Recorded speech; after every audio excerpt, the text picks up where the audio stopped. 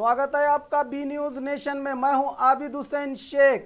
दलित लड़की दानम्मा के घर राजनेताओं के पहुंचने का सिलसिला जारी। आज कांग्रेस की सचिव उमा श्री, आईएएस ऑफिसर रहे के शिव कुमार, भाजपा की एमपी शोभा करंदलाजे अत्याचार का शिकार दलित लड़की के घर पहुंचकर परिवार वालों को दिलासा देते हुए ये घटना राज्य के लिए एक बड़ा कलंक बताते हुए दानम्मा को इंसाफ मिलने तक अपना समर्थन देने का ಭರೋಸಾ ಜತಾಯ। ನಮ್ಮ ಮನೆ ಮಗಳನ್ನ ಕೊಲ್ತಾರ, ಎಸ್ಪಿಡಿಸಿ ಹೇಳ್ತಾರ ಮಾಸ್ ರೇಪ್, ಏನ್ ರಿಲೇಷನ್ ಅದ ನಮ್ಗೆ ಹೇಳ್ತಾರೆ? What is the relation? Bharat Mata ಕಿ ಜೈ ಫೋಟೋಗಳದ ಒಳಗ ಭಾರತ್ ಮಾತೆಯ ಮಗಳನ್ನ ಕೊಂದ ಹಾಕ್ತಾರ, ಮತ್ತೆ ಎಸ್ಪಿಡಿಸಿ ಹೇಳ್ತಾರ ಇದು ಮಾಸ್ ರೇಪ್ ಇಲ್ಲ। ಎಸ್ಪಿಡಿಸಿ ಉತ್ತರ ಹೇಳಿ ಜನರಿಗೆ, ಅವ್ರಿಗೆ ಏನ್ ಆಧಾರ? ಮತ್ 3 ದಿನ ಆಯ್ತು ಅವ್ರ ಮೇಲೆ ಆಕ್ಷನ್ ಮಾಡಿಲ್ಲ ಗವರ್ನಮೆಂಟ್। ಇವ್ರ ಮಾತು ಕೇಳ್ಕೊಂಡು ಹೋಮ್ ಮಿನಿಸ್ಟರ್ ಸುಳ್ಳು ಹೇಳಿದ್ರು ಮೀಡಿಯಾಕ್ಕೆ। ವೈ ಅಷ್ಟೇ ತೋರ್ಸಾರೆ ಸತತ ಹೋರಾಟ ಮಾಡಕತ್ತೀವಿ, ಅವತ್ತೇ ಬಂದ ತಕ್ಷಣ ಬಂದ್ಬಿಡ್ತೀವಿ।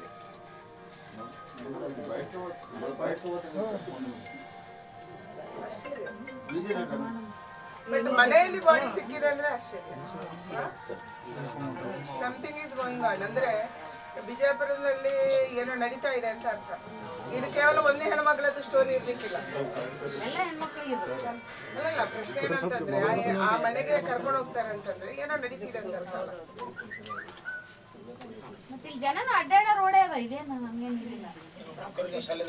ರಾಜ್ಯದಲ್ಲಿ ಬೇರೆ ಬೇರೆ ರೀತಿಯ ಕಾನೂನನ್ನು ಮಾಡಿದ್ದಾರೆ। ಕರ್ನಾಟಕ ರಾಜ್ಯದಲ್ಲಿ ಕೂಡ ಇದಕ್ಕೆ ಕಾನೂನು ಸುವ್ಯವಸ್ಥೆ ರಾಜ್ಯ ಸರ್ಕಾರದ ನಮ್ಮ ಫೆಡರಲ್ ಸಿಸ್ಟಮಿನ ಅಡಿಯಲ್ಲಿ ರಾಜ್ಯ ಸರ್ಕಾರದ ಪರಿಮಿತಿಗೆ ಬರುತ್ತೆ। ಅದಕ್ಕಾಗಿ 2013 ಕ್ರಿಮಿನಲ್ ಅಮೆಂಡ್ಮೆಂಟ್ ಬಿಲ್ ಅತ್ಯಂತ ಬಲವಾಗಿ ಕೇಂದ್ರದಲ್ಲಾಗಿದೆ, ಆದರೆ ಬಹಳ ರಾಜ್ಯಗಳು ಇದನ್ನು ಇಂಪ್ಲಿಮೆಂಟ್ ಮಾಡ್ತಾ ಇಲ್ಲ ಮತ್ತು ರಾಜ್ಯದಲ್ಲಿ ಇದಕ್ಕೆ ಕಾನೂನನ್ನು ಮಾಡಿಲ್ಲ।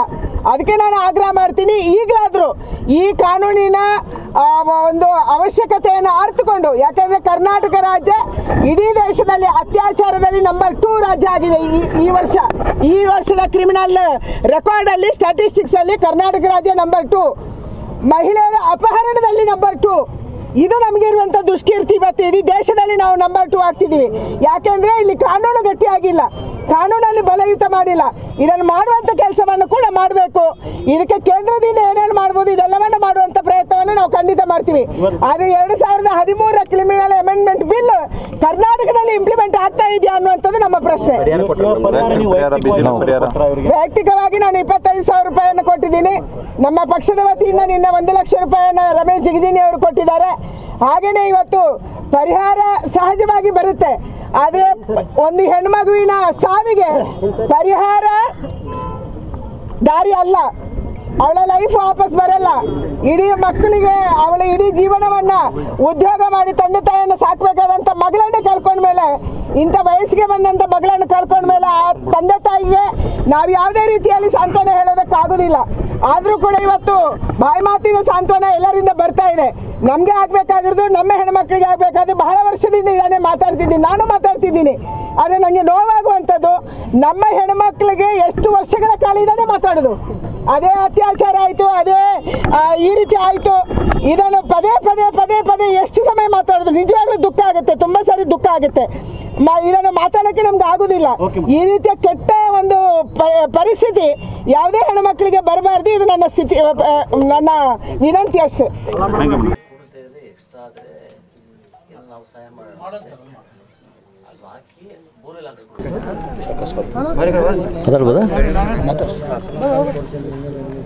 ಇದು ಏನು ಈ ಅಹಿತಕರ ಘಟನೆ ಆಗಿದೆ, ನನಗನ್ಸುತ್ತೆ ಈ ರಾಜ್ಯದಲ್ಲೇ ಪ್ರಥಮ ಏನು ಅಂತ ಅನಿಸುತ್ತೆ। ಭಾಳ ನೋವಾಗಿದೆ, ನಮಗೆಲ್ಲ ತುಂಬ ದುಃಖ ಆಗಿದೆ। ನನಗೆ ಸಂತೋಷ ಅಂತ ಹೇಳಿದ್ರೆ ಅಟ್ಲೀಸ್ಟ್ ಈ ದೇಶದ ಎಲ್ಲ ಜನರು ಕೂಡ ಇದಕ್ಕೆ ಸ್ಪಂದಿಸ್ತಾ ಇದ್ದಾರೆ। ನಿನ್ನೆ ಬಿಜಾಪುರದಲ್ಲಿ ಎಲ್ಲ ಸಮುದಾಯದ ಜನನೂ ಸೇರಿ ಇದನ್ನು ಪ್ರತಿಭಟನೆ ಮಾಡಿರೋದು ನನಗನ್ಸುತ್ತೆ ಒಳ್ಳೆಯ ವಾತಾವರಣ ಅಂತ ಅನಿಸುತ್ತೆ। ನನಗೆ ಒಂದು ಆಶ್ಚರ್ಯ ಆಗುತ್ತೆ, ಇಲ್ಲಿ ರೇಪ್ ಆಗಿದೆ, ಈ ಕಾಂಗ್ರೆಸ್ ಸರ್ಕಾರ ಸಾಧನಾ ಸಮಾವೇಶದಲ್ಲಿ ನಿರತರಾಗಿದ್ದಾರೆ, ಹೆಣ ಇಟ್ಕೊಂಡು 2 ದಿವಸ ಕಾಯ್ದರೂ ಮುಖ್ಯಮಂತ್ರಿಗಳು ಇಲ್ಲಿದ್ದರೂ ಕೂಡ ಬರಲಿಕ್ಕೆ ತಯಾರಿಲ್ಲ।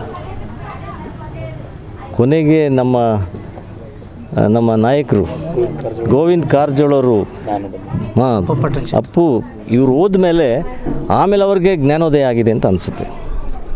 ಎಂಥ ದುರವಸ್ಥೆ ನೋಡಿ, ಇಲ್ಲಿ ಜಿಲ್ಲಾ ಮಂತ್ರಿಗಳು ಬಂದಿಲ್ಲ ಮತ್ತು ಶಾಸಕರು ಬಂದಿಲ್ಲ, ಇಲ್ಲೇ ಇದ್ದು ಅವರು ಸಾಧನಾ ಸಮಾವೇಶಕ್ಕೆ ತಯಾರಿನಲ್ಲಿದ್ದಾರೆ. ಅವ್ರು ಪೋಸ್ಟ್ ನೋಡ್ಕೊಳ್ಳೋಕೆ ಹೋಗಕ್ಕೆ ಬಂದಿದ್ದಾರೆ, ಆವಾಗ ಏನೋ ಸುಮ್ಮನೆ ಬೇಕಾಬಿಟ್ಟು ಭೇಟಿಯಾಗಿದ್ದಾರೆ. ಇದೇನು ತೋರಿಸುತ್ತೆ? ಬಾಯಿನಲ್ಲಿ ಹೇಳೋದು ದಲಿತರನ್ನ ಉದ್ಧಾರ ಮಾಡ್ತೀವಿ, ದಲಿತರ ಪರವಾಗಿದ್ದೀವಿ ಅಂತಂತೇಳಿ. ಅಂದರೆ ಇದು ಎಲ್ಲ ಭಾಗ್ಯವನ್ನು ಕೊಡ್ತಾ ಇರೋ ಈ ಸರ್ಕಾರ ಇಂಥ ರೇಪ್ ಭಾಗ್ಯನೂ ಕೂಡ ಈಗ ಕೊಡ್ತಾ ಇದೆ ನಮಗೆ. ಹಿಂದೆ ಏನು ಇಂತಹ ಘಟನೆಗಳು ನಡೆದಿವೆ ಅದ್ರ ಬಗ್ಗೆ ತೀವ್ರವಾಗಿ ಏನಾದರೂ ಅವರು ಕ್ರಮ ತೆಗೆದುಕೊಂಡಿದ್ರೆ ಇಂಥ ಘಟನೆ ಆಗ್ತಾ ಇರಲಿಲ್ಲ ಅನಿಸುತ್ತೆ. ನಾನು ಪರಿಹಾರ ಕೊಟ್ಟಿದ್ದೀನಿ. ಈಗ ಈ ಭಾರತೀಯ ಜನತಾ ಪಾರ್ಟಿ ಸರ್ಕಾರ ಬಂದ ಮೇಲೆ ಈ ಪರಿಹಾರ ಅಮೌಂಟ್ ಎಲ್ಲ ಜಾಸ್ತಿ ಮಾಡಿದೆ. ಇತ್ತೀಚೆಗೆ 2014ರಲ್ಲಿ ನರೇಂದ್ರ ಮೋದಿಯವರು ಬಂದ ಮೇಲೆ 8.5 ಲಕ್ಷ ಮಾಡಿದ್ದಾರೆ. ಮೊದಲು ಅಷ್ಟು ಇರಲಿಲ್ಲ, ಅದು 8.5 ಲಕ್ಷ ಮಾಡಿದರೆ ಅದರಲ್ಲಿ ಈಗ ಅರ್ಧ ಕೊಟ್ಟಿದ್ದಾರೆ, ಈಗ ಅರ್ಧ ಕೊಡ್ತಾರೆ. ಮತ್ತು ಕೆಲಸ ಸಿಗಬೇಕು, ಅವ್ರಿಗೆ ಕೆಲಸ ಕೊಡ್ತಾರೆ, ಅದಕ್ಕೂ ಅವಕಾಶ ಇದೆ. ಮತ್ತು 2 ಎಕರೆ ಜಾಗ ಕೊಡಲಿಕ್ಕೆ ಅವಕಾಶ ಇದೆ. ಕಾರ್ಪೊರೇಷನ್ನಿಂದ, ಅಂಬೇಡ್ಕರ್ ಕಾರ್ಪೊರೇಷನ್ 2 ಎಕರೆ ಜಾಗ ಕೊಟ್ಟು ಅದಕ್ಕೆ 2 ಎಕರೆ ಜಮೀನು ಕೊಟ್ಟು ಅದಕ್ಕೆ ಬೋರ್ವೆಲ್ ಹಾಕ್ಸ್ಕೊಡ್ಬೇಕು. ಆಮೇಲೆ ಮತ್ತು ಈ ಮನೆ ಕಟ್ಸ್ಕೊಡ್ಲಿಕ್ಕೂ ಕೂಡ ಸಮಾಜ ಕಲ್ಯಾಣ ಇಲಾಖೆಯಿಂದ ಪರಿಹಾರ ಕೊಡಲಿಕ್ಕೆ ಸಾಧ್ಯ ಇದೆ, ಅದನ್ನು ಕೊಡಬೇಕು. ನಾವು ಇದನ್ನೆಲ್ಲ ಒತ್ತಾಯ ಮಾಡ್ತೀವಿ, ಇಷ್ಟೆಲ್ಲ ತಕ್ಷಣ ಆಗಬೇಕು ಅಂತಂತೇಳಿ. ಸರ್, ಜಿಲ್ಲಾಧಿಕಾರಿ ಕೆಲಸ ಮಾಡಿದವರು ಜಿಲ್ಲಾಡಳಿತ ಈ ಘಟನೆಯಲ್ಲಿ ಎಲ್ಲಿ ಎಡುತ್ತು ಅಂತ ಅನಿಸ್ತಾ ಇದೆ ತಮಗೆ? ಅಲ್ಲ, ಎಡುತ್ತು ಅನ್ನೋದಕ್ಕಿಂತ ಹೆಚ್ಚಾಗಿ ಈಗ ನೋಡಿ, ಬಾಬಾ ಸಾಹೇಬ್ ಅಂಬೇಡ್ಕರ್ ಒಂದು ಮಾತು ಹೇಳ್ತಾರೆ, ಈ ದೇಶದಲ್ಲಿ ಒಂದು ಕಡೆ ದಲಿತರು ಸಿಕ್ಕಾಪಟ್ಟೆ ಇದ್ರೂ ಕೂಡ ಅವ್ರ ಮೇಲೆ ಸುಲಭವಾಗಿ ದೌರ್ಜನ್ಯ ಆಗುತ್ತೆ. ಯಾಕೆ ಆಗುತ್ತೆ ಅಂತಂದರೆ ಅವ್ರ ಹಿಂದೆ ಜನ ಯಾರೂ ಇಲ್ಲ, ಅವ್ರ ಮೇಲೆ ಆದರೆ ಯಾರೂ ನೋಡೋರಿಲ್ಲ. ಅದೇ ಒಬ್ಬರು ಅಲ್ಪಸಂಖ್ಯಾತರು 2 ಮನೆ ಇದ್ರಿ ಒಂದು ಊರಿನಲ್ಲಿ, ಅವ್ರನ್ನ ಮುಟ್ಲಿಕ್ಕೆ ಎದುರ್ತಾರೆ. ಯಾಕೆ ಅಂದರೆ ಅವರಿಂದ ಇಡೀ ದೇಶ ಕಾಯ್ತಾ ಇದೆ ಅಂತೇಳಿ. ಮೊದಲೇ ಅಸ್ಪೃಶ್ಯತೆಯ ನೋವಿನಲ್ಲಿ ನಾವು ನಲ್ಗೋಗಿದ್ದೀವಿ, ಶೋಷಣೆಗೊಳಗಾಗಿದ್ದೀವಿ. ಈಗ ಸಮಾಜದ ದೃಷ್ಟಿಲಿ ಏನಾಗುತ್ತೆ, ಒಬ್ಬ ನಮ್ಮ ಮಗಳು ಅವಳನ್ನ ಮುಟ್ಟಿದ್ರೆ ಯಾರೂ ಕೇಳಲ್ಲ ಅಂತಂತೇಳಿ, ಅದೇ ಅವರು ಬಲಾಢ್ಯರಾಗಿದ್ದರೆ ಅಥವಾ ಮೇಲ್ವರ್ಗದ ಸೇರಿದರೆ ಅವ್ರನ್ನ ಮುಟ್ಲಿಕ್ಕೆ ಸಾಧ್ಯನೇ ಇರಲಿಲ್ಲ. ನಮ್ಮ ಹೆಣ್ಮಗಳನ್ನ ಅವಳು ಹೇಳೋರಿಲ್ಲ, ಕೇಳೋರಿಲ್ಲ.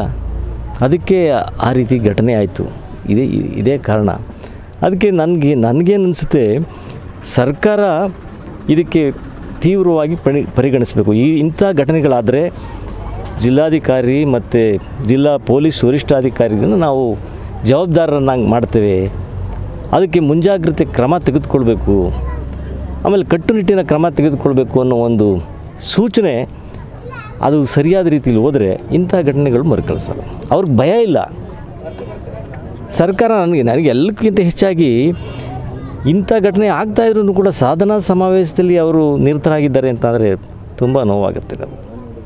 ಇದು ಜನರೇ ತೀರ್ಮಾನ ಮಾಡಬೇಕು. ಧನ್ಯವಾದಗಳು. और खबरों के लिए देखते रहिए बी न्यूज़ नेशन।